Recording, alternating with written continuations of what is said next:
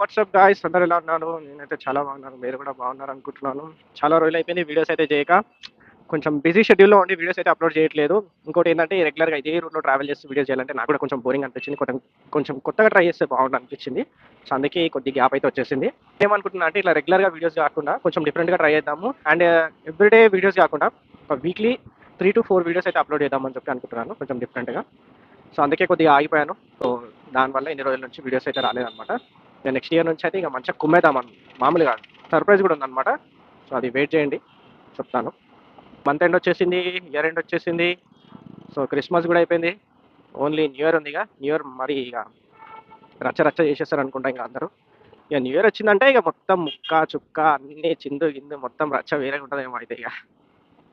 కానీ న్యూ ఇయర్‌కి ఏమో కొంతమంది 2 ప్రతిజ్ఞలు చేస్తారు కదా! ఒకటేమో 31 వరకే తాగి నెక్స్ట్ ఇయర్ నుంచి మానేస్తా నేను మందు అస్సలు తాగను అని చెప్పి. ఇంకొకటేమో గోవా బ్యాచ్. ఈ ఇయర్ మొత్తం పోదాం పోదాం అనుకున్నాం పోలేదు. నెక్స్ట్ ఇయర్ అయినా ఖచ్చితంగా పోదాం అని చెప్పి ప్లాన్ చేస్తారు చూడు.